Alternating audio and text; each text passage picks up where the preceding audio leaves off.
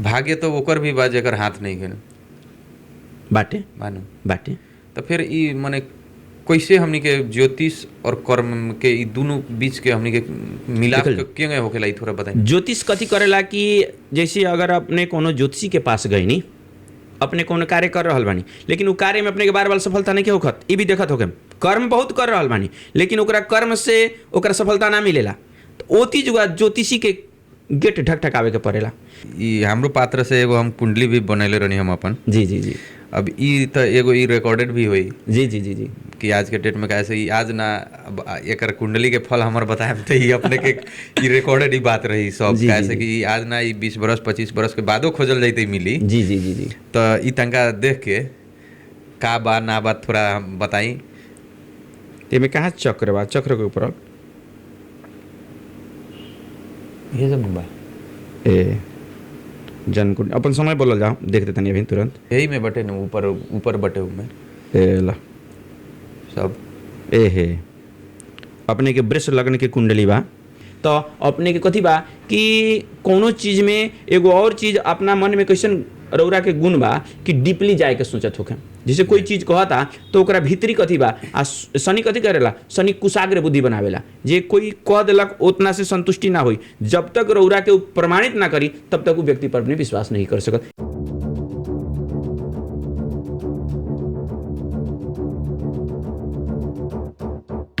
नमस्कार, हम रमेश ठाकुर। पॉडकास्ट के ई एपिसोड में अपने सबके स्वागत बा। आज हमनी के साथे अतिथि बारन ज्योतिषाचार्य ज्ञानेंद्र पांडे जी। सबसे पहला उनकरा के स्वागत कर जाओ। जी स्वागत, नमस्कार, धन्यवाद कि अपने ई आज अपना चैनल के प्रांगण में हमरा के दू शब्द बोले खातिर आमंत्रित कैनी, बहुत बहुत धन्यवाद। का हो रहल बा आजकल? आजकल तो अब लगन के समय बा हजूर, जौन हमनी के पौरोहित कर्म बा उ सब चल रहल बा। विवाह, शादी, उपनयन आदि संस्कार, अष्टजाम, लखराव, हनुमत आराधना ये सब चल रहल बा।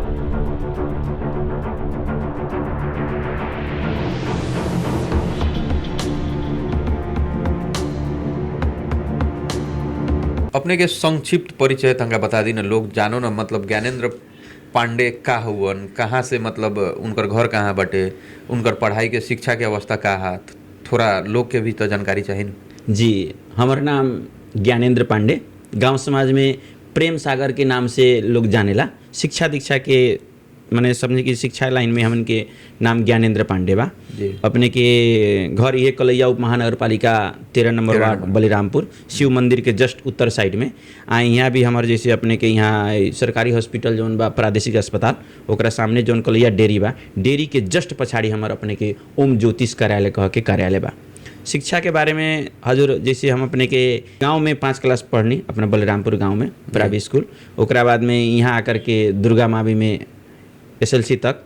ओकरा बाद में हमारे कुछ जाए के रहे अपने के साइंस पढ़े, लेकिन पिताजी के हमरा तबीयत कुछ कमज़ोर हो गल, जजमनका के अधिक बोझ भइला के चलते, या फिर जजमनका संभारी के, तो जजमनका चलावे खातिर हमने के अपन कर्म करे खतरा, कर्मकांड करे खतरा तो जानकारी होके पड़ल। तो ओकरा खातिर हमारे एगो भांजा आईनी श्री विनय उपाध्याय जी, वहाँ काशी में अध्ययनरत रहनी, महर्षि से पढ़ रहनी। तो वहीं तो हमारा बाबूजी के यानी कि वो अपने नाना जी के कन्विंस कैनी कि नाना जी मामा जी के हमारे संगे बनारस जाए दिया। बाबूजी भी खुश बनी, हमारे भैया श्री देवानंद पांडे जी कहनी जे ठीक बा, जाके हमरा के बनारस में अपने के रानी पद्मावती तारा योग तंत्र आदर्श संस्कृत महाविद्यालय में हमार हजूर इंटरव्यू भैल। वहाँ में पास भैनी सन, तो छात्रावास भी मिलल। जाके वहाँ हमने के अपने के उपशास्त्री, शास्त्री आ आचार्य अपने के फलित ज्योतिष में कहनी। तो अपने के हमरा 2010 में अपने के समझ लो कि माता पिता गुरुजन प्रिय मित्र के आशीर्वाद से हम अपने गोल्ड मेडलिस्ट प्राप्त भैनी 2010 में फलित ज्योतिष से। फिर अपने के पौरोहित कर्मकांड से आचार्य कहनी, तो ओमे भी टॉप कहनी, तो ओमे भी गोल्ड मेडल प्राप्ति भेल हमरा। 2013 में अपने के खेलगांव नई दिल्ली में हमनी के हजूर सुप्रीम कोर्ट के जस्टिस यानी कि जज हिंदुस्तान के अपने के डॉक्टर मुकुंद शर्मा, वहाँ के चांसलर कुलपति अपने के राधा वल्लभ त्रिपाठी जी के द्वारा गोल्ड मेडल 2013 में 21 जनवरी के प्राप्ति भेल। ओकरा बाद में अपन हम यहाँ आनी तो अपने के एगो पौरोहित प्रशिक्षण भैल हमनी के बेंगलोर में आर्ट ऑफ लिविंग के थ्रू। आर्ट ऑफ लिविंग जो संस्था बा श्री श्री रविशंकर गुरु जी के, वहाँ अपने के पौरोहित कर्म के एगो समझल कि बड़का प्रशिक्षण भैल, जिसमें हमनी के नेपाल के 4 जना आ अदर और देश के 64 जना हमनी के वहाँ उपस्थिति रहे। तो वहाँ यूरोप में वहाँ गुरुजन के पढ़ावल अथी से तैयारी से वहाँ हजूर अपने के अच्छा स्थान प्राप्ति भैल। तो डायरेक्ट वहाँ श्री श्री रविशंकर गुरु जी के द्वारा हमने के नेपाल में जो चौधरी ग्रुप बा अपने के दलदले के पास में शाश्वत धाम कह के वहाँ सीजी धाम, वहाँ हमने के हजूर जाके हमारा शिक्षक में हमार वहाँ ज्वाइनिंग भैल। शिक्षक में ज्वाइनिंग भैला के 6 महीना बाद हजूर वहाँ हम जब पढ़ैनी तो ओकरा बाद में हमार प्रतिभा देख करके हमार कर्म देख करके हजूर वहाँ के हमरा के प्रिंसिपल बना दिया गया। वहाँ 2-3 वर्ष हजूर वहाँ पढ़ैनी। ओकरा बाद में बीच में कुछ शारीरिक पीड़ा भैल, जेकरा चलते हजूर शारीरिक पीड़ा भैला के चलते काठमांडू जाके ऑपरेशन ढाड़ के ऑपरेशन हो गए। वहाँ से ना ठीक भैनी तो दिल्ली एम्स में जाके वहाँ के इलाज चलल था, हजूर ठीक भैनी। ओकरा बाद में हमार भैया कहनी जे अब वहाँ गए अच्छा नहीं खे, जे घर ही रह करके अपन कर्म करे के पड़ल, जे वहाँ ज़्यादा दौड़ धूप करे के पड़ी पर घर ही रह के। तो हजूर यहाँ परियार साल अपने के बैसाख 15 गते यहीं अपना घर में कल्या ओम ज्योतिष कार्यालय ऑफिस खोल करके आ एकरा अलावा हजूर हमनी के जौन जजमन का बा माने पैतृक संपत्ति जरा कहल जाला वो चीज़ चल रहा बा। आगाम आगामी पूजा पाठ एमें एगो और हमर सिद्धांत बा हजूर सब प्रतिज्ञाबद्ध बानी, कभी भी कोई भी कोनो अनुष्ठान करावे जानी तो हजूर कोई यजमान से अपना मुख खोल के दक्षिणा ना मांगेनी, जे दे देनी वो धैनी आ अपना घर काउंट भी नहीं करे के सोचे लेकर के घरे चल गनी कि हमारा भाग्य में जितना बा वो यजमान के हाथ से हमरा प्राप्ति हो गए। सबसे बड़का हम दक्षिणापन उ समझेनी कि हम जेकर पूजा पाठ करेनी कोनो कर्म संपादन करेनी तो कर्म से अगर उ संतुष्टि हो गनी हमारे यजमान तो सबसे बड़का हमारे दक्षिणा हुए बा। जो छोटा परिचय हमारी है बा। ये ज्योतिष का मतलब जैसे कि ज्योतिष के हमने बहुत बार सुनी ना कि ज्योतिष के फल अगर ना मिली तो कुछ ग्रह खराब हो जाए, ये सब मतलब आवेला ना। तो ज्योतिष का है केकरा के कहल जाला ज्योतिष, थोड़ा हमनी के बताई। ज्योतिष जैसे हमनी के अब संस्कृति में आवेला कि ज्योतिषम किम, हमने के भोजपुरी में भल कि ज्योतिष का क्या कहता नहीं, हिंदी में आई कि ज्योतिष क्या है, नेपाली में कि ज्योतिष भने को के हो। एकरा के परिभाषित करे खतिरा जैसे हमने के कहल बा कि अप्रत्यक्षाणि शास्त्राणि विवादस्तु केवलम प्रत्यक्षम ज्योतिषम शास्त्रम चंद्रार्कौ यत साक्षिणौ। अर्थात जितना भी शास्त्र बा, शास्त्र मतलब विज्ञान, हमने के शास्त्र मन कहल जाला विज्ञान यानी कि साइंस बा, तो जितना भी शास्त्र बा उ सब अप्रत्यक्ष बा।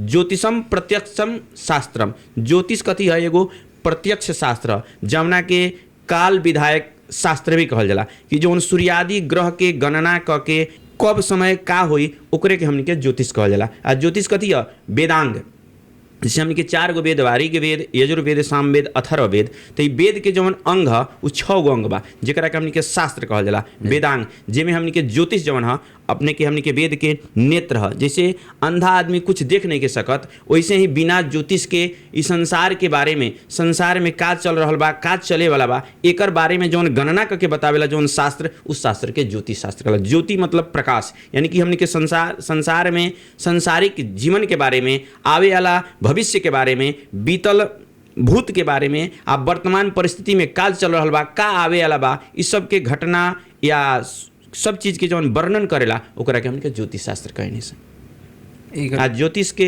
जी एक कितना भाग कितना होगा? जी ज्योतिषम त्रिविधम, जैसे प्रत्येक जैसे हमके शरीर के अलग अलग अंग बा, जैसे हमके 10 गो इंद्रिया बा, वैसे ही ज्योतिष के 3 भाग बा। सिद्धांत, संहिता, होरा। ज्योतिषम त्रिविधम, ज्योतिष के 3 भाग होखेला। एगो सिद्धांत होखेला, तो सिद्धांत कथी है?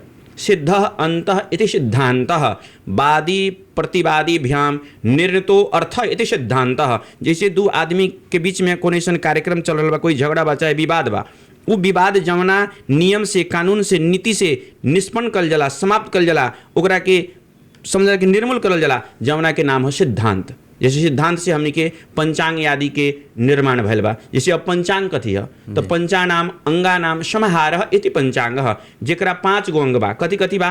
तिथि, वार, नक्षत्र, योग आ करण। अब तिथि कय गो होखेला? तो तिथि हमनी के 15 गो होखेला। कृष्ण पक्ष में हमनी के एक प्रतिपदा से लेकर के औंसी तक ले, आ शुक्ल पक्ष में प्रतिपदा से लेकर के पूर्णिमा तक ले। ओकरा बाद में सूर्य चंद्रमा के योग से हमनी के तिथि के निर्माण होखेला। ओकरा बाद में कहल बा कि आदित्य चंद्रमा भौमो बुधश्चात बृहस्पति शुक्र शनिश्चर चेते वासरः प्रकृतिता, यानी कि आदित्य यानी कि सूर्य बार, ऐसे करके आइतवार, सोमवार, मंगलवार, बुधवार, बृहस्पतिवार, शुक्रवार, शनिवार, 7 गो बार। वैसे हमनी के अश्वनी, भरणी, चैव, कृतिका, रोहिणी तथा ऐसे करके हमनी के रेवती पर्यंत 27 गो नक्षत्र होखेला।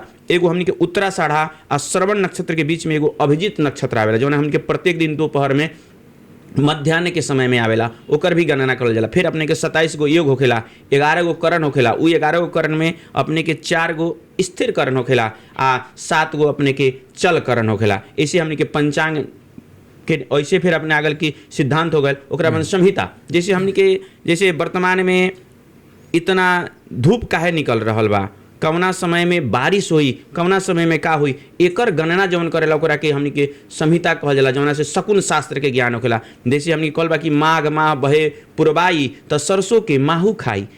माघ महीना में अगर पुरबैया हवा चलता तो इतना ना लाही पड़ी कि सरसों के खा जाई। तो ये सब के जौन जैसे हमनी के होलिका दहन होखेला, होली के एक दिन पूर्व जैसे हमनी के होलिका दहन होखेला पूर्णिमा के दिन, तो वो दिन जैसे हमनी के जब होलिका दहन होखेला ओमे से जौन धुआं निकलेला, तो धुआं कवना दिशा में जा रहल बा, उ दिशा से हमनी के उस साल के वर्ष फल के गणना करल जाला कि ऐसे इस साल हमनी के वर्ष फल में ऐसे रही। जैसे अब अपने के हमनी के अब तुरंत बैसाख में रोहिणी नक्षत्र आई तो हमने लोग बिया बाल गिरावल जाला, तो ओकर गणना कैसे हुई, ओकरा बारे में भी कहल बा जे रोहिण रवे मृगदाह तवे कछु कछु आदरा जाए, कहे घाघ भाडरी से स्वान भात ना खाए। रोहिणी रव जाई, मृगदाह नक्षत्र तव जाई, आदरा में फूही पड़ी तो इतना ना बारिश हुई, आ इतना ना धन धान्य उपज हुई, अन्न के उपज हुई कि बासी भात कुत्ता भी ना खाई। तो इस सब के जे गणना करेला ओकरा के हमनी का संहिता कहल, जैसे बराह मिहिर आदि आचार्य ओकर भइल बानी। तो संहिता ग्रहण के जैसे हमनी के दशहरी हमनी के बहुत मनावल जाला जी। तो दशहरा में जैसे हमनी के विजयादशमी के दिन अपने के नीलकंठ पक्षी के दर्शन करल जाला। ओकरा बाद में जाएम तो ओतिये जुआ हस्त नक्षत्र चढ़ रहेला, सूर्य के नक्षत्र हस्त, तो उस समय खिड़लिच दर्शन करल जाला। तो खिड़लिच देखल जाला तो लोग ना कहल जे हम खिड़लिच देखनी है, तो खिड़लिच अपने देखनी तो कवना दिशा में उ बा, अपने के मुख कवना दिशा में है बा, आ उ कवना दिशा में उड़ के जा रहल बा कि चल रहल बा, ओकरा से अपने के भविष्य के निर्माण होखेला कि ओकर ऐसे ऐसे लक्षण। तो ई सब लक्षण के बारे में जवन शास्त्र बतावेला ओकरा के संहिता कहल जाला। आ एगो होखेला होरा, तो होरा के अंतर्गत ही हमनी के हई अपने के सब कथी बाकी जे कुंडली आवेला, अपने के सामुद्रिक शास्त्र आवेला, जौन से ही हस्तरेखा हस्त विज्ञान के बारे में गणना कल जाला। ई सब 3 गो पाठ है जो हमनी के ज्योतिष के बा, सिद्धांत, संहिता आ होरा। एमे मुहूर्त के का मुहूर्त के देखल जाओ, मुहूर्त मतलब ओकरा कहल जाला कि एगो शुभ घड़ी, घड़ी मतलब तो ज्योतिष और मुहूर्त में मतलब फर्क बाटे कि ना ज्योतिष के ही अंग है। ज्योतिष जैसे अपने ज्योतिष के कनी के से अपने के सिद्धांत भइल, पंचांग आदि भइल, होरा भइल, तो ओकरे अंतर्गत से निकले से हमने के निकलेला अपने के मुहूर्त। मुहूर्त मतलब जैसे घड़ी तो जैसे हमने के 24 घंटा के दिन रात होता, 24 घंटा में हमनी के 60 घटी होखेला, एक घटी में 24 मिनट होखेला। जैसे हमनी के सुबह में उठल जला तो सूर्योदय से 4 घड़ी पहले यानी कि 96 मिनट पहले ब्रह्म मुहूर्त रहेला, जौना के ब्रह्म बेला कहल जाला, ब्रह्म मुहूर्त बा। वैसे मुहूर्त मतलब होखेला एगो शुभ घड़ी। जैसे कोनो भी कार्य हमार निर्धारण करे के बा, कोनो भी शुभ कार्य करे के बा, तो ओकर एगो फिक्स मुहूर्त बनावल जाला, समय बनावल जाला कि फलना समय में हमरा करे के बा। उस समय हमनी के जौन ब्रह्मांड में हमनी के ब्रह्मांड में जौन 9 ग्रह बा या अनेक अनेक तारा ग्रह बा, ओकर स्थिति का बा। जैसे अब अपने यहाँ हमरा से कुछ पूछ रहल बानी, अगर हमनी के बैठे की स्थिति ना रही सही तो बोले में संभव हो के सकी ना हो के सकी, तो ओकर स्थिति कैसन बा, उ ग्रह मजबूत बा कि ना मजबूत बा, उ ग्रह के मजबूत के स्थिति देख करके आ एगो समझला कि घड़ी के निर्धारण करल जाला, ओकरे कहल जाला मुहूर्त। अब एगो हमनी के एक दिन में 30 गो मुहूर्त होखेला, एक दिन में दिन रात में 24 घंटा में हमनी के 30 गो मुहूर्त होखेला। तब 30 गो मुहूर्त के मतलब 2 घटी के 1 मुहूर्त होखेला, यानी कि 48 मिनट के एगो विशेष मुहूर्त बनल जाला। तो उ मुहूर्त देखी कि अपने के कौन कार्य करे के बा, आप जैसे अपने के वाहन खरीदे के बा कि या बच्चा सन के कहीं एडमिशन करावे के बा, चाहे कोनो बच्चा जैसे अभी आजकल कोनो चीज़ के फॉर्म कोई भर रहल बा, नायब के, सूबा के, खरीदार के, अनेक माने प्रशासन में, चाहे गए प्रशासन में, चाहे निजामती कर्मचारी में, कोनो चीज़ के शिक्षक सेवा आयोग चाहे लोक सेवा आयोग दे रहल बा, तो ओकर जैसे अपने के अथी भरना निकलेला, चाहे ओकर निकलल जे है चीज फॉर्म भरे के बा, तो उ फॉर्म भरे के बाद तो हम कवना समय में शुभ घड़ी में भरेम जे हमरा में सफलता प्राप्ति हुई, उ चीज के गणना जे करला ओकरा के मुहूर्त। सारा लोग अगर मतलब उहे मुहूर्त देखा के करे या सीट रही एके गो तो कैसे पास हुई? कर्म करे के पड़ी, तो उहे तो ओकरा अभी के साथ साथ कर्म करे के अभी पड़ी। के जनरेशन तो कर्म पर विश्वास करला, तो फिर ज्योतिष और कर्म में का अथी बटे बा जैसे कहल बा कि जे अपने के भाग्य में अगर उ चीज बा आ कर्म करे तो जल्दी प्राप्ति हुई। एक और बात माने भाग्य में बात कह के अब एगो उ नेपाली में उखान भी बा, मतलब भाग्य में 6 भन्दै में डोको में दूध दुहियो बने तो अडिदैन नि, अड्दैन तो कर्म गर्नु पर्छ। हाँ। त्यो डोकोलाई जैसे उ डोको मजबूत तो अपने के होके परल नु, जैसे पानी परता, बारिश परता, तो हमर जैसन पात्र रही उतने न जल रही। जैसे हमने के कप बा, तो ई कप के जितना क्षमता होई उतने नु में अड़े सकी, उस क्षमता से विपरीत ना अड़े सकी। तो शास्त्र में कहल बा कर्मेणि वाधिकारस्ते मा फलेषु कदाचन। गीता में भी भगवान अर्जुन को उपदेश दिले बानी कि हे अर्जुन, कर्म करो, फल के बारे में चिंता ना करी। जैसे हमने के गोस्वामी तुलसीदास जी भी लिखले बानी कि कर्म प्रधान विश्व रचि राखा, जो जस करही। देखल जाओ, पहले कहतानी कि कर्म प्रधान विश्व रचि राखा, कर्म प्रधान बा, विश्व में प्रधान बा, लेकिन जो जस करही। कर्म मतलब कर्म भी तो 2 किस्म के होखेला, एगो सुकर्म होखेला, एगो कुकर्म होखेला। तो हमने के मतलब एगो ऐसन भी अभी के जनरेशन में देखल जाले कि जैसे कर्म करो, कर्म पर विश्वास करो, फल अपने आप मिली कह के एगो कहना भी बा। एगो भी बा जैसे ज्योतिष अपने कह रहल बनी, तो ज्योतिष के हिसाब में अब भाग्य तो ओकर भी बा जेकर हाथ नहीं है बाटे मानो बाटे। तो फिर ई माने कैसे हमनी के ज्योतिष और कर्म के ई दोनों बीच के हमनी के मिलाप क्यों होखेला, ई थोड़ा बताइए। ज्योतिष कथी करेला कि जैसे अगर अपने कोनो ज्योतिषी के पास गई नी, अपने कोनो कार्य कर रहल बानी, लेकिन उ कार्य में अपने के बार सफलता नहीं के होखत, ई भी देखत होके कर्म बहुत कर रहल बानी, लेकिन ओकरा कर्म से ओकरा सफलता ना मिलेला, तो ओ चीज ज्योतिषी के गेट ढकढकावे के पड़ेला कि हमरा ग्रह में कैसन कमजोरी बा, हमरा कर्म करने के बावजूद भी।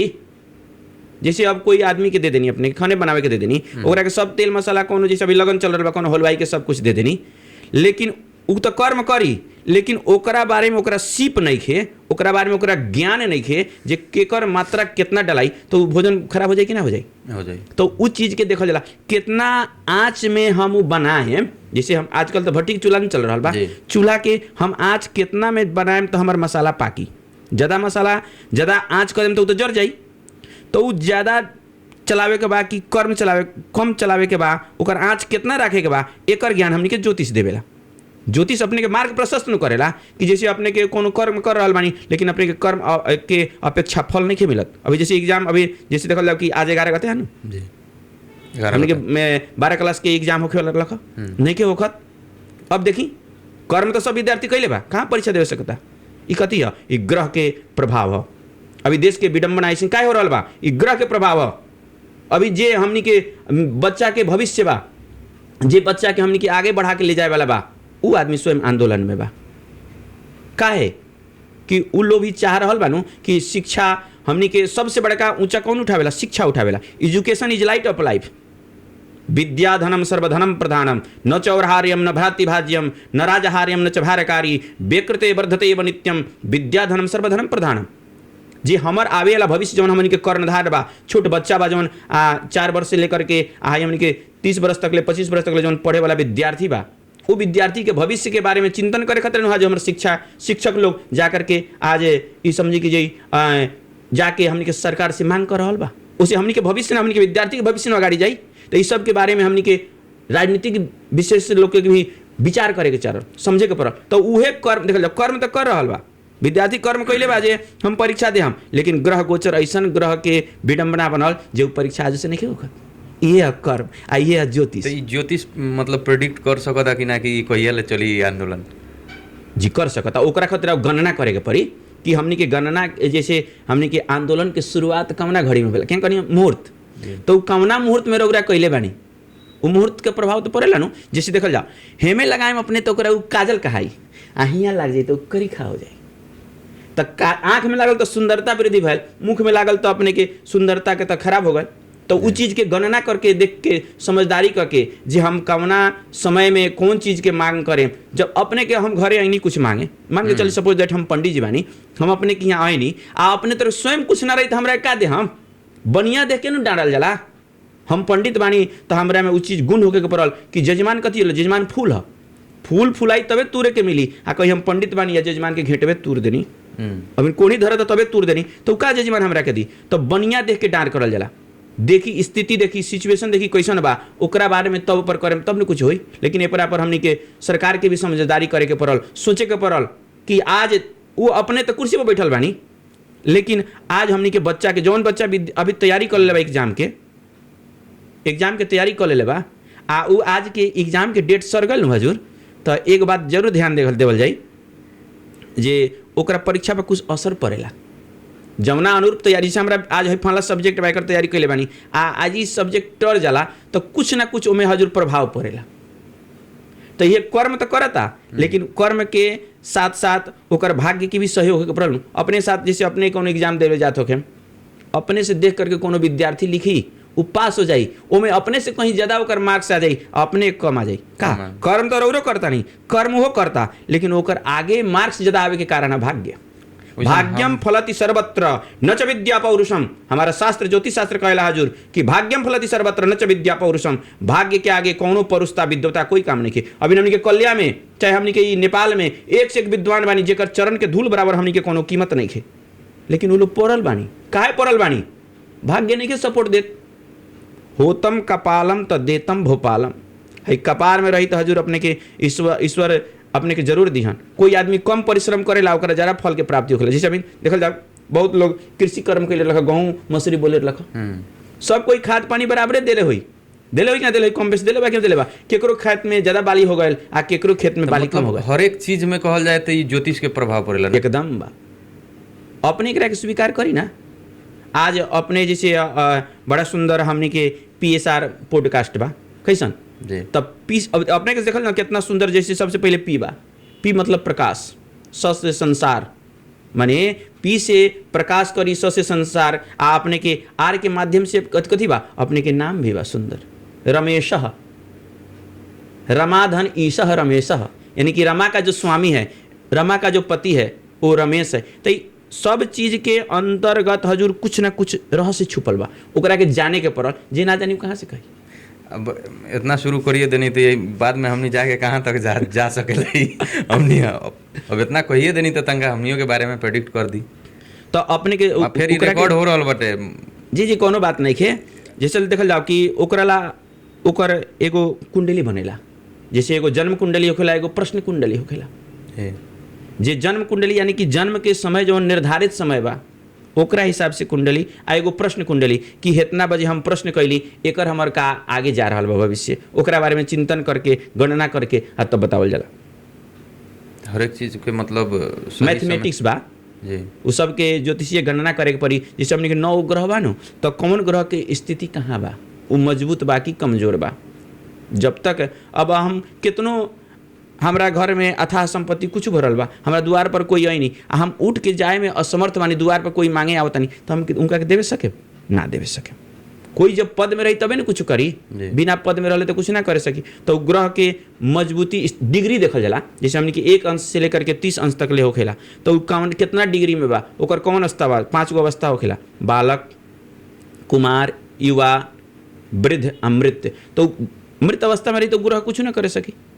तो सब चीज़ के गणना करके तब देखल जाला हजूर। गणना करे लगी कथी करे के पड़ी, ओकरा समय चाहिए अपने के जैसे जन्म कुंडली होके चाहे प्रश्न कुंडली लेकर के हम सब चीज़ के निर्धारण हो जाई। बता दी कुंडली के बात कहनी है हमर मगर हम हमरो पात्र से एगो हम कुंडली भी बनैले रहनी हम अपन। जी जी जी। अब ई तो एगो ई रिकॉर्डेड भी हुई। जी जी जी जी। कि आज के डेट में कैसे ही आज ना एकर कुंडली के फल हमर बताए तो ही अपने के ई रिकॉर्डेड ही बात रही सब। कैसे कि आज ना ई 20 बरस 25 बरस के बादो खोजल जाते मिली। जी जी जी जी। तो ई तंका देख के का बा ना बात थोड़ा बताई। में कहाँ चक्र बा, चक्र के ऊपर ये सब बा ए जन कुंडली अपन समय बोलल जाओ देख देते अभी तुरंत। यही में बटे न ऊपर ऊपर बटे में ए ला सब ए हे अपने के वृष लग्न के कुंडली बा। अब एमे देखल जाला कि जे हमनी के लग्नेश के बा। वृष मतलब जैसे अपने देखल यहाँ 2 अंक लिखल बा ओकरा के लग्न कहल जाला। लगती इति लग्न ह तो ओकरा से शरीर के वर्णन होखेला। जैसे वृष लग्न हो गल तो वृष कलबा के मृष वृश्चिको भौमो शुक्र वृषतुलाधिप वृष राशि के स्वामी शुक्र होखेला। तो हम यहाँ में देखल जाओ कि अपने के शुक्र कहाँ जा करके बैठल बा। शुक्र अपने के 5म स्थान में बैठल बा। 5म स्थान में बैठेला के मतलब कथी हो गल कि अंगाधीशा सोगे हे बुध गुरु कवि संयुत है केंद्र गोया। यदि अंग के लगनेश अगर जाकर के शुभ ग्रह के साथ में केंद्र में जैसे 1 4 7 भाव के हमनी के केंद्र कहल जाला 1 5 9 के हमनी के त्रिकोण कहल जाला। ई स्थान में अगर बैठल बा तो ये आदमी सुंदर होखेला एकर विचार अच्छा होखेला। अब 5म स्थान में बैठल बा तो शिक्षा के प्रति यानी कि ई आदमी कथी रहेला कि ऐसन व्यक्ति अपने के आजीवन कुछ ना कुछ पावे के कुछ ना कुछ अध्ययन करे के अध्ययनरत रहेला। अब एमे वर्तमान समय के विचार करें तो एमे कौना ग्रह के दशा चल रहा बा उ दशा के हिसाब से जैसे अपने के एमे हाल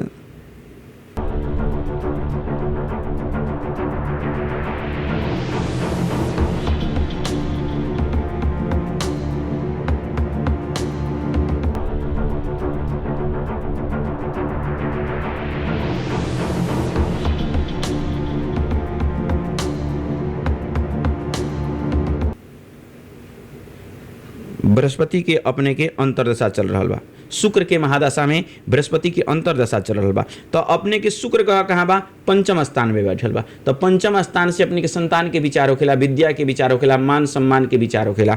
तो इस समय में रौरा कथी रही कि जहाँ जाए वहाँ अपने के मान सम्मान प्राप्ति होत रही। दूसर बात जैसे अपने के अभी है PSR पॉडकास्ट जो चैनल बा एकरा भी दिन प्रतिदिन प्रगति हुई काहे कि बृहस्पति बा। तो बृहस्पति एमे दिलावत था बृहस्पति अपने के 7म स्थान में बैठल बा। उ बृहस्पति अपने के अष्टमेश ओकरा साथ साथ आयस बा। तो एकरा माध्यम से अपने आय उपार्जन कर सकतानी। तो आय द्रव्य ना होखेला आय 2 किस्म के होखेला। एगो आय होखेला कि संपत्ति के उपार्जन होखता आ एगो होखेला कि मान सम्मान के उपार्जन कर रहल बानी। तो ई सब दिशा से अपने के कुंडली बहुत अच्छा बा। दूसर भाग्य के विचार करें भाग्य से अपने के शनि बा अपने के भाग्य स्थान में ही बैठल बा शनि। तो अपने के कथी बा कि कोनो चीज में एगो और चीज अपना मन में कैसन रौरा के गुण बा कि डीपली जाए के सोचत होखे। जैसे कोई चीज कहता तो ओकरा भीतरी कथी बा शनि कथी करेला शनि कुशाग्र बुद्धि बनावेला। जे कोई कह देलक उतना से संतुष्टि ना होई जब तक रौरा के प्रमाणित ना करी तब तक वो व्यक्ति पर अपने विश्वास नहीं कर सकत। इस सब के गणना है विशेष खतरा था एकरा ला अलग से समय लेकर के कार्यालय में हम तो विस्तृत वर्णन काहे कि केकरो भाग्य के बारे में हई चैनल के माध्यम से ना बतावल जाला काहे कि फिर अपने के कमी कमजोरी भाग्य आदि सब बानी तो अपने खतरे ना अच्छा रहेला। ऐसे ओकरा खतरा पर्सनल समय लेकर आए बात कर देता है। जी अब थोड़ा हमनी के कथी कहला कि बहुत सारा आदमी के हम देखी अभी जौन बा मतलब कुछ डिप्रेशन में जा रहा बा लोग देखत हो कि बहुत मतलब टेंशन में रहेला लोग एकरा पिछाड़ी ग्रह के कितना प्रभाव पड़ेला। जी बहुत सुंदर प्रश्न कहनी कहल बा कि आत्मा रवि शशिधरश्च चित्तवाणी यानी कि हमनी के 9 ग्रह जैसे सूर्य चंद्रमा मंगल बुध बृहस्पति शुक्र शनिश्चर राहु केतु बा। तो अपने के सूर्य राजा है आ चंद्रमा हमनी के अपने समझ लग सूर्य आ चंद्रमा दोनों राजा ग्रह आ चंद्रमा कथी है मनसस्पति चंद्रमा मन के स्वामी चंद्रमा है। आ चंद्रमा कथी करेला कि चंचलस्तु चंद्रमा बड़ा चंचल होखेला।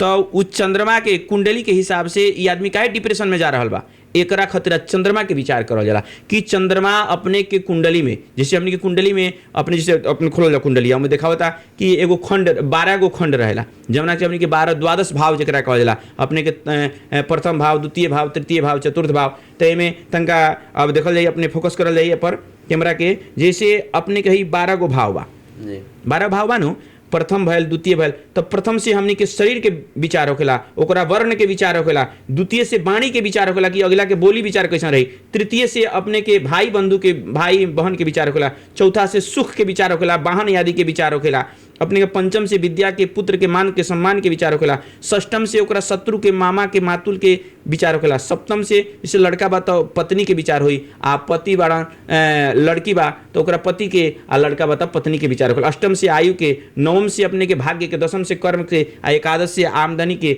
द्वादश से व्यय के यानी कि खर्च के विचार। तो इनमें देखल जाला कि चंद्रमा कहाँ बा। जैसे अपने के चंद्रमा यहाँ एकादश स्थान में बैठल बा, शनि के राशि में बैठल बा, तो शनि के चंद्रमा से का संबंध बा, आ चंद्रमा के शनि से का संबंध बा, एकरा बारे में विचार करल जाला कि आउ चंद्रमा के स्थिति कैसन। वैसे कुंभ राशि के चंद्रमा बा, जैसे कुंभ राशि खतिर अभी वर्तमान में शनि के 7.5 चल रहा बा। तो 7.5 कथी करेला, अनेक किस्म के उलझन डालेला, थोड़ा सा मन में तनाव व्यक्त करेला, छोटा छोटा बात लेकर के ओकरा बारे में ज़्यादा सोचे लागे तो वैसे व्यक्ति डिप्रेशन में जाला। लेकिन डिप्रेशन में ना जाए चाहिए, ओकरा खतिरा जे डिप्रेशन दूर हो ओकरा खतिरा चंद्रमा के उपाय करे के चाहिए, श्वेत वस्तु के दान करे के चाहिए, मोती धारण करे के चाहिए, शिव के मोती होके या शुक्र मुक्ता होके या गज मुक्ता होके मोती धारण करे चाहिए, मोती के माला धारण करे के चाहिए, चांदी के चंद्रमा बनवा के मोती जड़वा करके धारण करे के चाहिए। अपने के पूर्णिमा के दिन, जैसे प्रत्येक महीना के पूर्णिमा आवेला वो दिन चंद्रमा पूर्ण रहेला, उस चंद्रमा के प्रकाश में बाहर बैठ करके कम से कम 5 मिनट मेडिटेशन करे के चाहिए, चंद्रमा के अर्घ देवे के चाहिए। एकरा से वैसे डिप्रेशन वाला आदमी के व्यक्ति के मन शांति होखेला। आज के जैसे अपने बड़ा सुंदर प्रश्न कहनी है कि ये बहुत लोग डिप्रेशन में जा रहा है, एकरा पीछे सबसे बड़ा हमनी के है सोशल मीडिया के हाथ बा, है मोबाइल के हाथ बा। आज मोबाइल के चलते लोग ज्यादा डिप्रेशन में जा रहा बा, अनेक दुर्गुण चीज देख रहा बा। केकरो से जैसे आदमी डिप्रेशन जाए में कारण कथी होला, अपने कोनो केकरो से कार्य की इच्छा रख ले बानी, उ कार्य की सिद्धि ना हुई तो ओकरा प्रति रौरा क्रोध जागी तो ओमे राउर बुद्धि खत्म हो जाई। जो बुद्धि भ्रष्ट भल तो विनाश हो जाई।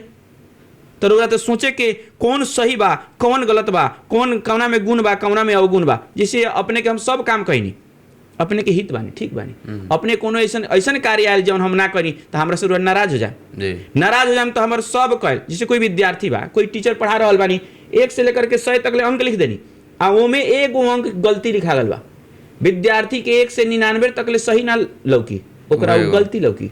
यही से आदमी के बुद्धि भ्रष्ट होकेला, आ बुद्धि भ्रष्ट हुई तो विनाश करी तो वो आदमी कुछ भी कर सकता।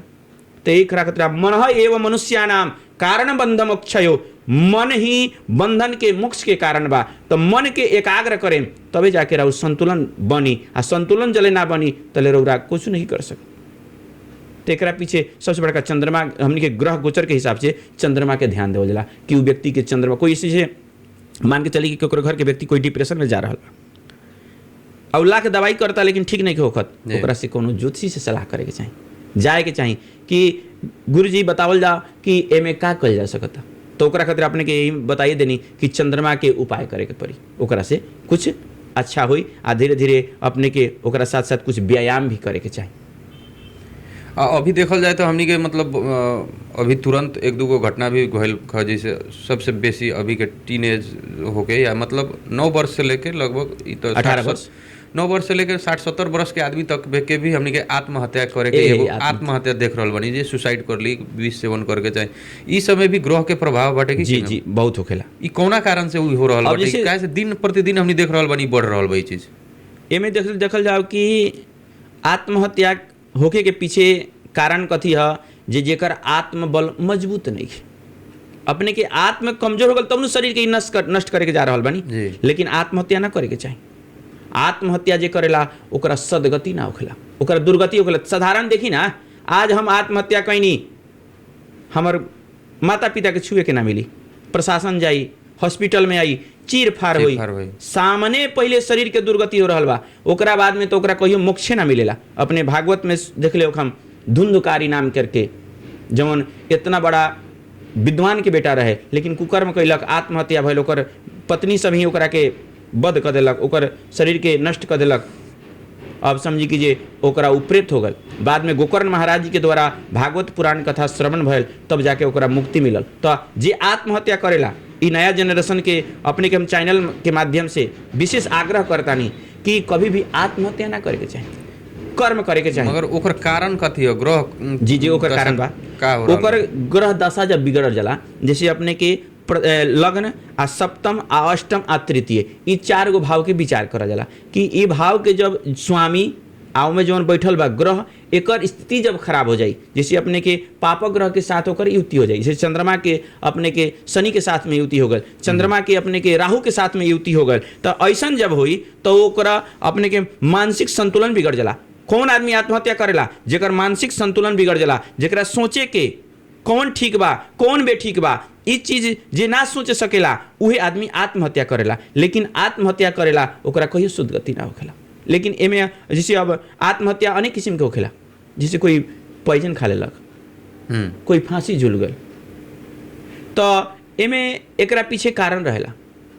जे फांसी के झूलता, पॉइजन के खाता, ई सब अपने के चंद्रमा मंगल लग्नेश अष्टमेश ई सब के विचार करके देखल जाला कि हई ग्रह, ते एमे कथी गार्जियन के ध्यान देवे के चाहिए। दे हमरा बच्चा के, चाहे हमरा घर के कोई श्रेष्ठ व्यक्ति काहे ना बानी, उनकर लाइन चेंज होता तो ओतीजवा कोनो बढ़िया विज्ञ ज्योतिषी से संपर्क करे के पड़ल कि एकरा स्थिति का बा। दूसर चीज एगो और होखेला, आजकल हमनी के गांव घर में केकरो कुछ लोग कुछ खिया पड़ा भी देवेला, ओकरो से ओकर संतुलन खराब हो जाला।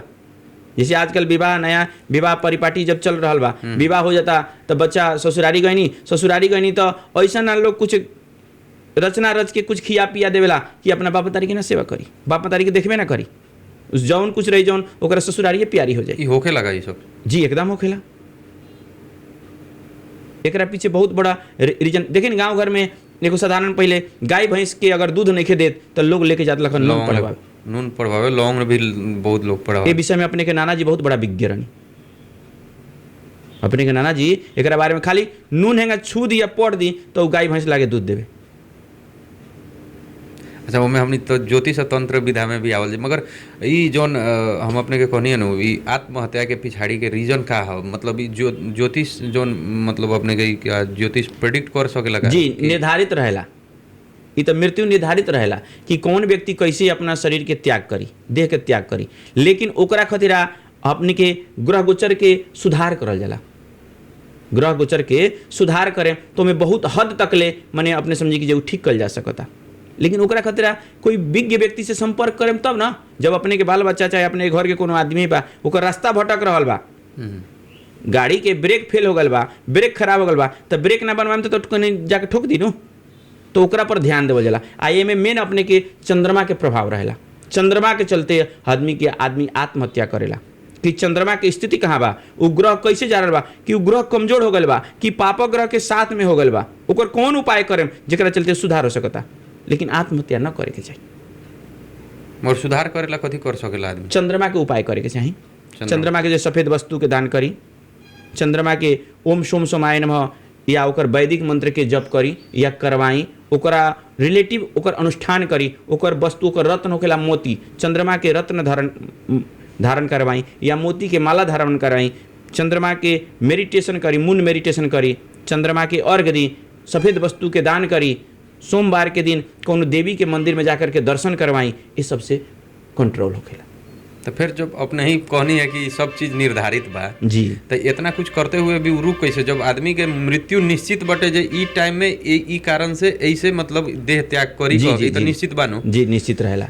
तो निश्चित रहेला तो ई मतलब ई अनुष्ठान ई सब करेला से कोई कैसे रोकथाम होखेला, ओकर रोकथाम होखेला, ओकरा के हद तक ले कंट्रोल कल जा सकता, बुझलता, ओकरा के कुछ कंट्रोल कल जा सकता। लेकिन अब रह गल कि उ पूरा वो इतना उ कर्म करी तब ना, ई ना जे अब कोई कह देनी एगो कर्म कर देनी तो ओकरा से तो ना भइल।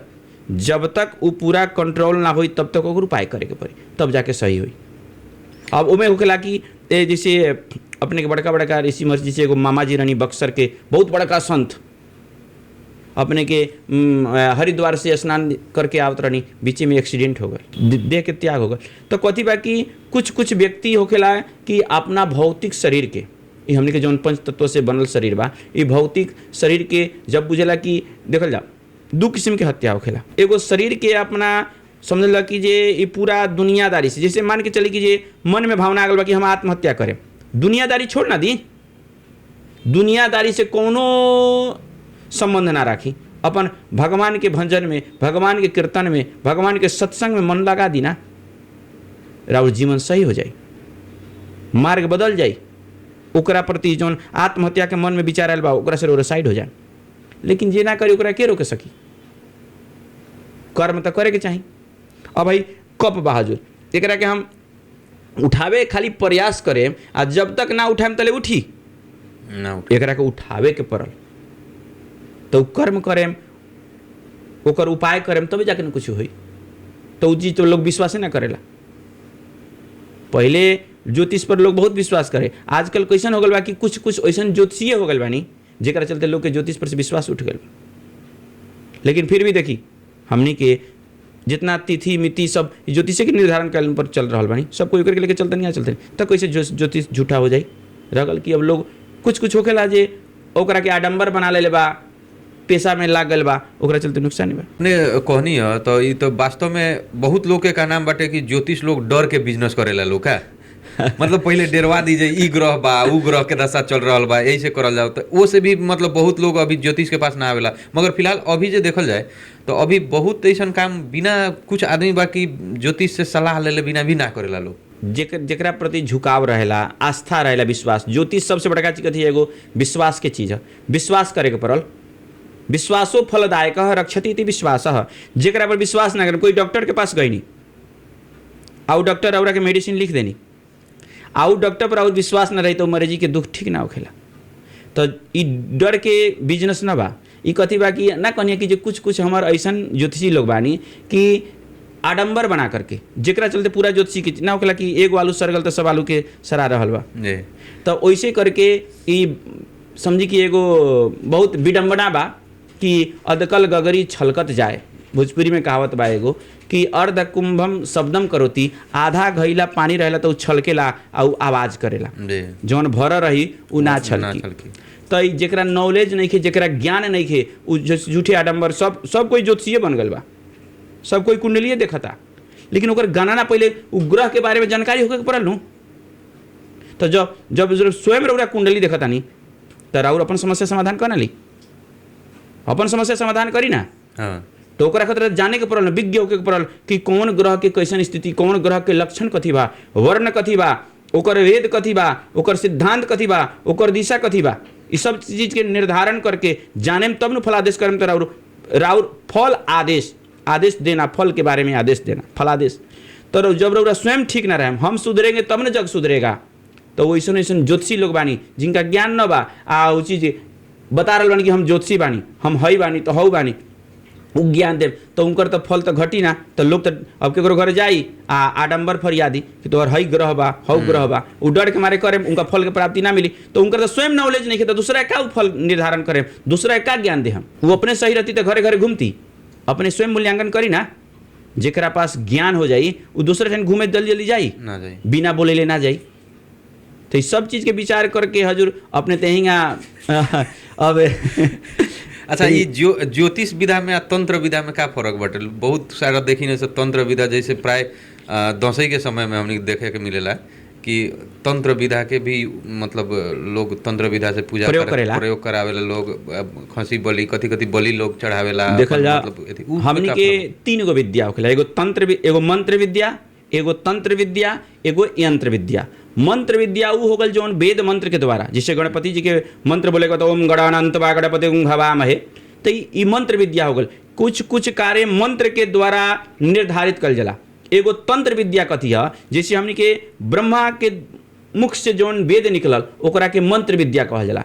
आ एगो हमनी के ऋषि महर्षि रिसर्च करके अपना के द्वारा अपन द्वारा जौन मंत्र बनैलक ओकरा के हमनी के तंत्र विद्या कहनी सन। जौन हमनी के दसई में, जैसे दसई जौन हमनी के दशहरा होखेला, प्रतिपदा से लेकर के नौमी तक ले लोग ओकर जप करेला, ओकर अनुष्ठान करेला, उ मंत्र के सिद्धि करेला। फिर ग्रहण में, फिर दीपावली में, ई तीन गो विशेष समय में उ मंत्र के जागृत करल जाला। तो ओकरा समय में संबंध में कथी लिखल बा शास्त्र में, अपने के मंत्र महोदधि, मंत्र महारनव में इस सब के बारे में वर्णन कल बा। तंत्र के बारे में कि अपने के जौन मंत्र बा उ मंत्र के कितना अक्षर बा। जिससे अपनी सपोज दैट अभी मंत्र हो गए ओम नमो भगवते वासुदेवाय, तो 12 अक्षर के मंत्र बा। तो ओकर 12 लाख जप करे तब जाके वो मंत्र राउर सिद्धि हुई। आ उ मंत्र के द्वारा अगर केकरो कार्य करता नहीं तो वो कार्य पूर्ण हुई। तो तंत्र विद्या कथी है, एमे देवी के उपासक लोग रहेला, कोई लोग भैरव के उपासक रहेला, मान विशेष करके देवी के उपासक रहेला। तो ओ समय में कथी बा कि भगवती के इ पृथ्वी पर आगमन भय रहेला। जिसे अपने समय देखत होखे जे ए साल फलना दिन नवरात्रि चढ़ता, जैसे अभी तुरंत चैत के दसवीं चढ़ रखा एतवार के दिन तो शशि सूर्य गजार उठा, यानी कि एतवार के आ सोमवार के अगर दशहरा चढ़ेला तो भगवती गज मतलब हाथी पर आवेली।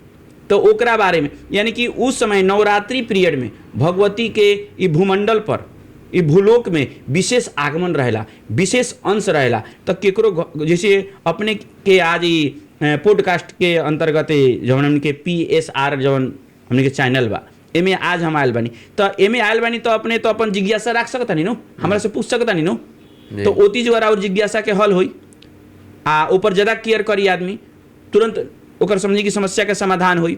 तो वैसे ही रहेला, भगवती के पृथ्वी पर विशेष आगमन रहेला आ वो समय जौन पूजा पाठ करल जाला उ सिद्ध होखेला आ उस सिद्ध के द्वारा अगर ओरा केकरो कोनो कार्य करता नहीं तो उसे विशेष फल के प्राप्ति होखेला। तो तंत्र विद्या बहुत बड़का विद्या आ बहुत फलीभूत होखेला आ उ सब समय ना करल जाला, अपने के विशेष करके दशई में, दीपावली में आ ग्रहण के समय एकर विशेष उस समय उनमें से ऊर्जा निकलेला आ उ ऊर्जा उ मंत्र के द्वारा जे उ मंत्र के साधना करेला ओकरा प्राप्ति होखेला आ जब ओकरा ऊर्जा उ प्राप्ति होई तो दूसरा के जौन कार्य करी वो अपना हाथ से एगो मिट्टी उठा के दे दी तो ओकर कल्याण हो जाई। ऐसे तंत्र विद्या के बहुत बड़ा महत्व बा। यंत्र विद्या कथी? यंत्र विद्या भोजपत्र पर जौन हम ये मंत्र कहल गए, इहे मंत्र के जिस मान के चली कि जे हम तो मंत्र पढ़ दे, हम पंडित बानी, अपने तो मंत्र ना पढ़े सकल जाई, तो अपने उ मंत्र से उहे मंत्र से अपने कल्याण होई। कैसे कल्याण होई? तो उहे मंत्र के जौन मंत्र के तंत्र के द्वारा जौन सिद्ध कल गल बा ओकरे के भोजपत्र पर अनार के अपने के कलम बना करके, पेंसिल बना करके आ अपने के अष्टगंध चंदन से वो बना करके एगो ताबीज के रूप में जौन धारण करा दिया जाला उहे हमने के यंत्र विद्या के रूप में अपने के धारण करे पड़ी। जैसे केकरो व्यापार बा, दुकान बा, ओमे उहे भोजपत्र पर उहे यंत्र बना करके उ यंत्र बनावल जाला आ ओमे उ तंत्र लगावल जाला, तो उ तंत्र विद्या, यंत्र विद्या आ मंत्र से तो तीनों समाहित हो जाला। तो समझी कि एक किस्म के जैसे हमने के ब्रह्मा विष्णु महेश त्रिदेव कहल जाला, उनका वो स्ट्रांग हो जाई, बरियार हो जाई, ओकरा से विशेष फल के प्राप्ति हो। अच्छा, ये मतलब किनको कुंडली देख के मौत के मतलब मृत्यु के पूर्व अनुमान लगावल जा सकेला कि? जी लगावल जाला। बड़ा सुंदर बात कहनी। जैसे हमने के कुंडली में 12 गो भाव होखेला, ओमे अष्टम भाव से आयु के निर्धारण करल जाला। आप प्रथम लग्न से तो देखल जाला कि अब जैसे अपने ही के कुंडली के विचार करी, अपने के कुंडली में लग्न में 2 बा आ अष्टम में अपने के 9 अंक बा, तो 2 अंक मतलब वृष राशि भैल, वृष राशि के स्वामी शुक्र भैल आ अपने के 9 अंक में अपने के धनु राशि भैल, तो धनु राशि के स्वामी बृहस्पति भैल। अब ये देखल जाला कि बृहस्पति आ शुक्र यानी कि लग्नेश अष्टमेश के बैठल कहाँ बा, उ केकरा घर में जाके बैठल बा, वो जेकरा घर में बैठल बा वो ओकर मित्र ह कि शत्रु ह, माने दुश्मन बा आ कि हित बा, आ ओकर अंक के गणना करल जाला। ओमे हमनी के 3 किस्म के राशि होखेला, चर, स्थिर, द्वि स्वभाव। जैसे अपने के मेष राशि चर भैल, तो अपने के वृष राशि स्थिर भैल, अपने के मिथुन राशि द्वि स्वभाव भैल। तो ये तीनों के गणना के द्वारा कि चर चर रही तो दीर्घायु हुई, तो हमने के 3 किस्म के आयु के गणना करल जाला, एगो अल्पायु, एगो मध्यम आयु, एगो दीर्घायु। अल्पायु ओकरा कहल जाला कि हमनी के ये जन्म से लेकर के 30 वर्ष के भीतर तक ले आयु जकरा करल ओकरा के अल्पायु कहल जाला।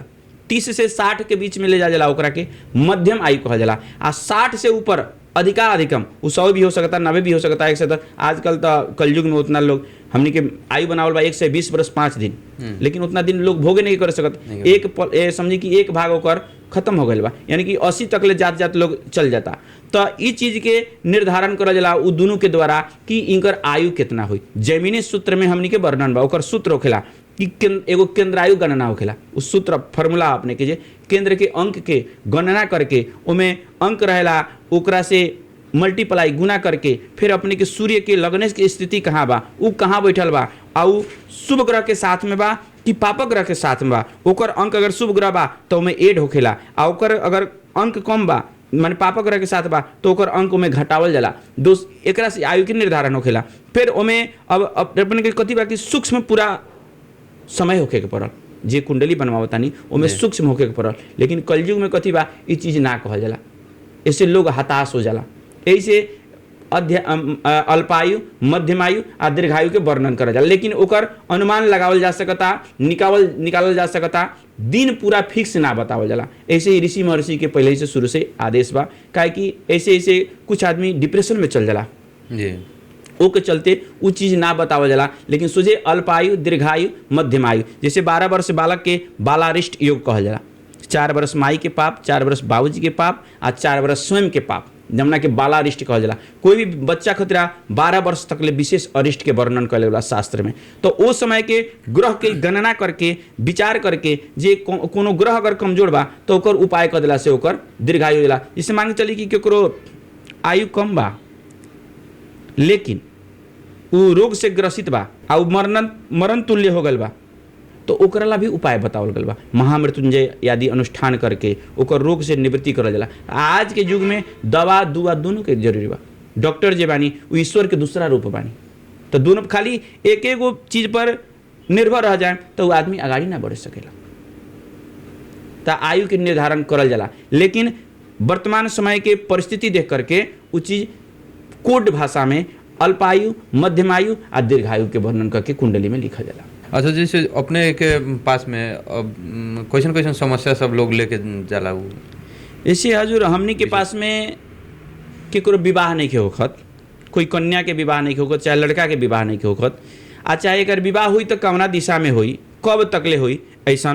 दूसर बात की कोई विवाह हो गल बानी, 5 वर्ष 10 वर्ष व्यतीत हो गए लेकिन उनका संतति नहीं के होखत, ऐसा। तीसर का गृह कलह, जिससे घर में अनेक किस्म के समस्या हो रहा बा। आ चाहे व्यापार हमर बा लेकिन व्यापार हमर चलत नहीं है, वो उन्नति प्रगति नहीं कर सकत, ऐसा समस्या लेकर के ई सब लेकर के लोग आवेला। अपने एगो कहनी नु कि मतलब शादी ब्याह हो गल बटे, उनकरा संतान नहीं के प्राप्त नहीं होखत, ए में ग्रह के या ज्योतिष के का रोल बटे? बहुत बड़ा रोल बा। थोड़ा बिना ज्योतिष के तो संतान के वर्णने नहीं कल जा सकत। पंचम भाव जौन होखेला उसे संतान के विचार होखेला। पंचमेश कैसन बा, पंचम भाव के स्वामी कहाँ बा, बैठल केकरा संगे बा, ऊपर बृहस्पति के प्रभाव बा कि ना बा। जब तक बृहस्पति से अब हमनी के जातका अलंकार ग्रंथ में लिखल बा। मगर साइंस तो आज के डेट में बहुत आगाड़ी बनू। साइंस तो अब जैसे संतान नहीं के होखत ओकरा लागी तो दोसर व्यवस्था भी अथी हो गल बटे, अपने IVF जी। तो वो भी तो कुंडली के योग रहेला नो। जैसे संतान 2 किस्म के होखेला, एगो स्वयं के द्वारा आ एगो अन्य के द्वारा। तो अपने के संतान सुख कुंडली में बा कि ना बा, उ चीज़ के वर्णन करके IVF भी तो बहुत जगह सफल हो जाला।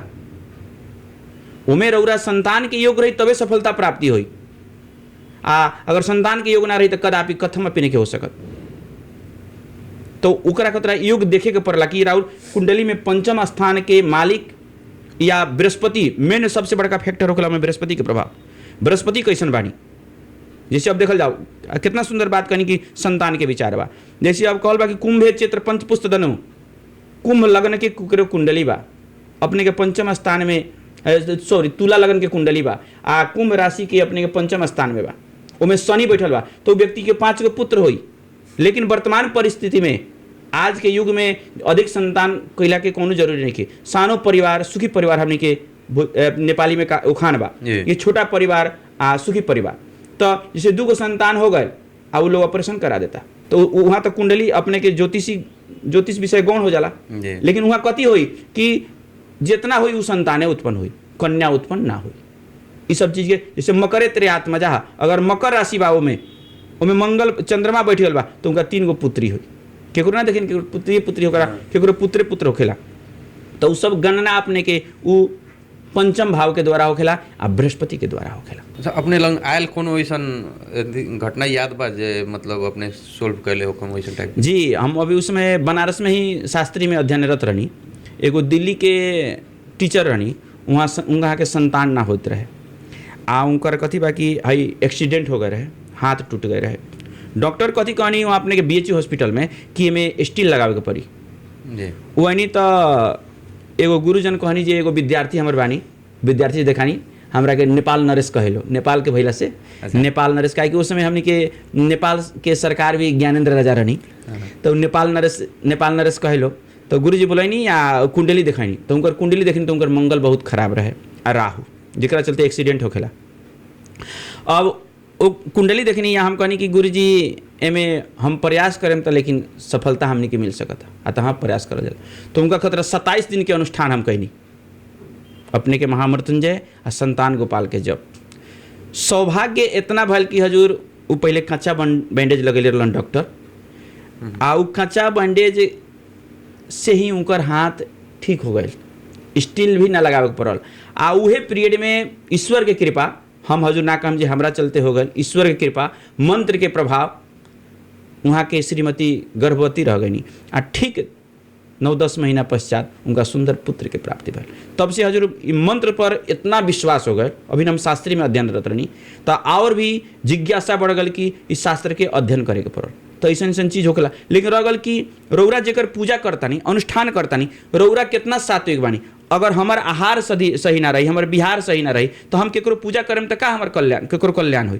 पहले अपना में हजूर हम सुधरेंगे तो जग सुधरेगा पहले हमारा वैसा सात्विक रहे के पड़ल रोज अपन गायत्री के उपासक रहे के पड़ल गायत्री के अनुष्ठान करे के पड़ल अभी देखल जाए तो घर में हमनी के मतलब घर बनाइने से या घर में कोनो काम करिने से तो बहुत किस्म के समस्या उत्पन्न होकेला लोग कहेला कि एकरा वास्तु दोष बाटे माने वास्तु शास्त्र के हिसाब से वास्तु के कोनो समस्या हो गई होई कहोगे ई वास्तव में वास्तु शास्त्र हो कथी ऐसे कथी कथी समस्या हो सकेला वास्तु शास्त्र दूगो अलग अलग शब्द बा शास्त्र मतलब तो जानते बानी कि विज्ञान बा साइंस बा वास्तु बास धन तू बास मतलब रहना तू मतलब योग्य यानी कि हमनी के मानव जीवन मनुष्य के रहे योग्य जौन एगो गृह निर्माण करे सन घर बनावे सन भवन बनावे सन या मकान बनावतानी ओकरे कहल जाला वास्तु तो अपने के योग्य वो बाकी ना बा क्या जैसे कहतनी कि वास्तु शास्त्र कथी है तो वास्तु शास्त्र के ही शिल्प शास्त्र कहल जाला जैसे घर के निर्माण वास्तु बास मतलब रहना आ तू मतलब योग्य रहे योग्य जवन हमनी के भूमि बा ओकरा के हमनी के वास्तु कहल जाला आ ऊपर जो निर्माण जवना नियम से करे सन ओकरा के हमनी के वास्तु शास्त्र कहल जाला कि कवना दिशा में कौन का रही का रही।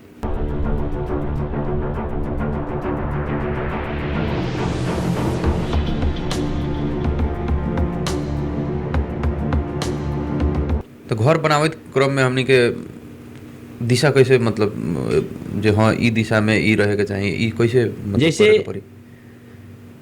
अपने के साधारण तो हमनी के पूर्वज भी कह के आयल बा कि पूरब रुख इंसान के पूरब रुख के जौन घर बनेला वो इंसान यानी कि इंसान मतलब समझ लो कि बहुत भाग्यवान के पूरब रुख ईशान के उत्तर रुख किसान के उत्तर रुख कर्म करे वाला किसान के यानी कि पूरब उत्तर दोनों अच्छा बा पश्चिम रुख हमनी के मुसलमान के यानी कि मुस्लिम भाई बंधु के वो लोग हमनी के पश्चिम के प्रधानता ज़्यादा देवेला बोल देता पूरब रुख इंसान के यानी कि भाग्यवान के उत्तर रुख किसान के पश्चिम रुख मुसलमान के दक्षिण रुख समझ लो कि निभागा आदमी के होखेला दुर्भाग्यपूर्ण यानी कि जे अब केकरो मजबूरन बा केकरो दक्षिण रुख के बा घर तो ओकर उपाय करल जाला लेकिन सबसे हमनी के 4 गो दिशा होखेला दिशा तो ऐसे 10 गो होखेला पूरब पश्चिम उत्तर दक्षिण अपने के 4 गो कोना होखेला एगो ऊपर होखेला एगो नीचा होखेला लेकिन जनरली साधारणतः हमनी के 4 गो दिशा मानल जाला पूरब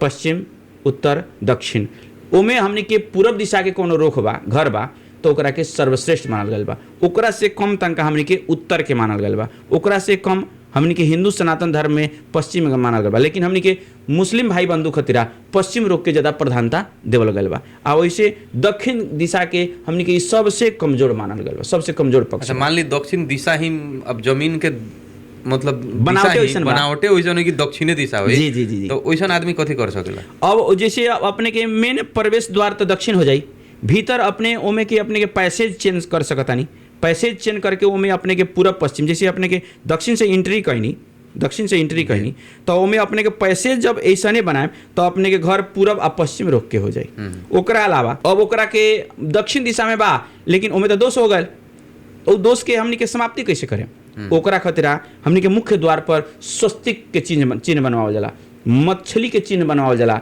अपने के शंख के चिन्ह बनावल जाला जेकरा से वो वास्तु दोष शांति होखेला। और जैसे घर में भी प्राय देखने से जैसे सीढ़ी के बात आवेला जैसे सीढ़ी हाँ वास्तु शास्त्र बहुत बड़ा शास्त्र बा हजूर सीढ़ी कहाँ रखे के चाहिए हमनी के वास्तु शास्त्र के हिसाब से अपने के उत्तर आप पूरब दिशा छोड़ करके अपने के दक्षिण या पश्चिम में सीढ़ी रखे के चाहिए। अब सीढ़ी भी रखल जला तो सीढ़ी के स्टेप कएगो चाहिए एकरो गणना करल जाला। तो विषम संख्या फलदायिनी जोड़ा बिजोड़ा जानल जाला। तो बेजोड़ संख्या अपने के सीढ़ी के स्टेप बा तो ज़्यादा फलदायी होखला। आ सीढ़ी अपनी कभी भी राखी कि या दक्षिण दिशा में राखी आ न तब पश्चिम दिशा में राखी, उत्तर पूर्व में न रखे के चाहिए। जैसे वास्तु, ये वास्तु हो क्या एकरा पर थोड़ा सा जान जाओ। जे हजूर अपने के तो बहुत व्यस्तता रहत हुई हजूर अपना चैनल उनल के समय बान कहीं काहे कि अभी तो बहुत सुंदर सुंदर ही हमने के हम सब दर्शक लोग से भी आग्रह करें कि ई PSR जौन पॉडकास्ट बा एकरा के विशेष फोकस करके या ध्यान से सुनल जाओ। काहे कि अपने के बहुत बड़ा काय में भूमिका बा कि कम से कम हमनी के भी लिया करके अनेक अनेक संप्रदाय से हम अनेक अनेक विज्ञ लोग के लिया करके कुछ कुछ दर्शक के बता रहल बानी, जानकारी दे रहल बानी। सबका मन में ऐसा भावना ना आई कि अपने के बहुत बहुत एकरा खतरा हमारा तरफ से भी धन्यवाद बा। कथी बा कि वास्तु के उत्पत्ति कहाँ से भइल बा? भगवान शिव के पसीना से वास्तु पुरुष के उत्पत्ति भइल बा। वास्तु पुरुष हैं एगो भगवान के समझी कि एगो अंशा अवतार बानी। तो वहाँ के अपने के इस भूमि पर वास करावल गए भगवान शिव के द्वारा। तो वो अपने के वास्तु पुरुष के जौन सर बा जौन अपने के ईशान कोण में बा, पूरब उत्तर के कोना में।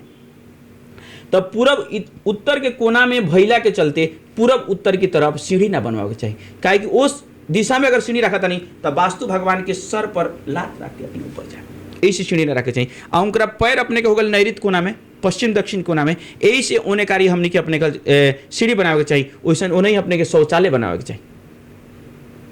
तो वास्तु भगवान शिव के पसीना से एकर अथर्ववेद में ज़्यादा वर्णन बा वास्तु के। तो वास्तु तो बहुत बड़ा भंडार बा जेकरा से जीवन में अपने कितनो कमाता नहीं, लेकिन जरूरा घर में वास्तु दोष बा तो अपने आगाड़ी ना बढ़ सके। ठाव के विशेष विशेष प्रभाव रहेला। तो सब चीज़ के जो वास्तु के हिसाब से निर्धारण कर गल बा कि फनला के फनला जगह जगह रखे के। जैसे हमने के अब घर बनावता नहीं तो देवस्थान कहाँ रहे के चाहिए। जैसे हमने के पूर्वज देवस्थान भंडार को ना रखत लख जे भंडार है भंडार, लेकिन वास्तव में अपने के बतानी कि वास्तु पुरुष के सरबा कहाँ ईशान कोण में। तो हमने के देवस्थान कहाँ रहे के चाहिए ईशान कोण में। लेकिन हमने के पूर्वज भी जवन अपन परंपरा मान के आयल बा भंडार कोना, तो भंडार में भी लक्ष्मी के वास होखेला तो उधर भी रख सकता है। लेकिन पूरा अगर वास्तु के हिसाब से जाए तो अपने के ईशान कोण में रखे के चाहिए। और जैसे हमने के रसोई घर जमुना के हमने के किचन कहता निशान, वो किचन हमने के अग्नि कोण में रखे चाहिए। काहे कि पांचों तत्व ही भूमि पर बा। ये तो पांचों तत्व नहीं भूमि पर क्षिति जल पावक गगन समीरा। तो हमने के अग्नि कोण में ही भंसा, काहे कि वहाँ अग्नि से प्रज्वलित हो रहा बा। तो वहाँ अपने के अग्नि कोण में हमने के रसोई घर रखे के चाहिए। फिर अपने के जे गार्जियन जे रहेला अग्नि कोण मतलब उत्तर दक्षिण आ पूरब के कोना के अग्नि कोण कहल जाला। अपने के दक्षिण आ पश्चिम के कोना के नैऋत्य कोण कहल जाला। फिर अपने के उत्तर आ पश्चिम के कोना के वायव्य कोण जमुना के भंडार कोना कहल जाला। आ पूरब के उत्तर कोना के ईशान कोण कहल जाला। तो जैसे हमने के रसोई घर कहाँ रही अपने के पूरब के दक्षिण के कोना में जमुना के आग्नेय कोण कहल जाला। दक्षिण के दिशा में ही हमने के घर के जे श्रेष्ठ जे बानी बुजुर्ग बानी उनकर शयन कक्ष बनावे के चाहिए, सुते वाला बेडरूम। फिर अपने के विद्याभ्यास, जैसे अपने घर में विद्यार्थी बा बच्चा बा, वो बच्चा पढ़ी तो टैलेंट कैसे होई, ओकरा के अग्नि कोण में रख देम बेड ओकर रूम आ पढ़ी तो ओकरा हरदम खाली क्रोधे बढ़ी। यही से ओकरा खतरा पश्चिम दिशा में निर्धारण कल बा। पश्चिम में ओकर विद्या स्टडी रूम बनाए तो बहुत आगाड़ी प्रोग्रेस करी, बहुत प्रगति करी। फिर अपने के हमने के कोषागार जो जितना भंडार संडार कुछ रखे के बा वो सब हमने के उत्तर दिशा में रखे के चाहिए। फिर नल कुआं पाइप गड़वावे के बा हमने के पूरब में रखे के चाहिए। इस सब चीज़ के हजूर जगह बनावल बा ओकरे हिसाब से करम तो अपने के वास्तु में दोष ना रहेला। अगर कोई के दोष मतलब आ गेल बा घर में वास्तु मतलब समस्या बटे तो कैसन कैसन समस्या देखल जाला? गृह कलह होखेला, आपसी विवाद होई, मन मुटाव के स्थिति रही, कितनो निमन बात कहम तो और बात अच्छा ना लगी। बाहर रहम तो खूब कूल रहम, घर में आते आते और मन में उद्विग्नता होखे लगी। मन में अपने समझी कि क्रोध आवेश आवे लगी, छोटा छोटा बात पर क्रोधित होखे लगे, मन में चिड़चिड़ापन होखे लगी, बेचैनी होखे लगी। कितनो आमदनी करके ले आम तो और प्रगति ना हो सकी, हरदम रोड़ा पर ऋणाधिक के रही, ऋण चढ़ रही, हेने से ले आम हेने से चढ़ जाई। तो ओकरा के उपाय करे खातिर साधारणतः रुद्राभिषेक करावल जाला, भगवान शिव के रुद्राभिषेक। अगर रुद्राभिषेक के शक्ति न बा तो महादेव जी पूजवाई, ओकरा अलावा दुर्गा सप्तशती के पाठ करी, नवरात्रि में कलश रख करके या विशेष कुछ ना कर सकतानी तो एगो मंत्र आवेला, ओम सर्वा बाधा विनिर्मुक्तो धन धान्य सुतान्वितः मनुष्यो मत प्रसादेन भविष्यति न संशय। दुर्गा सप्तशती के 12 अध्याय के मंत्र, ई मंत्र से अपने के हवन करवावे चाहिए जे ओकरा एकरा से वास्तु दोष शांति होखेला। अगर ई सब न कर सकतानी, खर्चा लागता, तो कोनो बड़ा विज्ञ पंडित से नमक पढ़वा लेवे के चाहिए। आ उ नमक से शनिवार के शनिवार घर में पोछा लगावे के चाहिए। अब कहीं कि जेकरा घर में मिट्टी के घर हो, कथी करी, ओकरा से लिपन पोतन करे के पड़ल। ओकरा अलावा अपने के करायल गूगल के अभिमंत्रित करवा के, गणपति मंत्र के अभिमंत्रित करवा करके ओकर सुबह साँझ धुआं जलावे के चाहिए, घर में देखावे के चाहिए। तीसर बात, गणपति भगवान के अपने के फोटो गेट पर लगवावे के चाहिए, एकरा से अपने के वास्तु दोष शांति होखेला। अच्छा, अब हमनी कार्यक्रम के अंत में भी आ गए बनी। एगो कॉमन सवाल बाटे कि बहुत लोग पूछेला भी, हमनी के मन में चलेला कि जब सारा ज्योतिष लोग के भाग परिवर्तन कर देला, मतलब जिनकर खराब बा उ उपाय बता के बढ़िया कर देवेला लोग, मगर खुद उहे ज्योतिष लोग के बहुत हमनी देखिने के भाग्य काहे ना वो अपन भाग्य बना लेवलन कह के एगो कॉमन प्रश्न भी बाटे। ई हम अपने से भी करतनी, ई एकर पछाड़ी कारण का, जब लोग के अपने भाग्य बना रहल बनी, लोग के समस्या समाधान कर रहल बनी, तो खुद उ लोग अपन समस्या काहे ना समाधान करेला लोग। कथी बाजुर की स्वयं के कमी अपना से ना देखल जाला, स्वयं के कमी अपना से ना पता चलेला। जब तक दोसर कोई ना बताई जे हमरा में कमी बा, तब तो कमी के ज्ञान ना होखेला।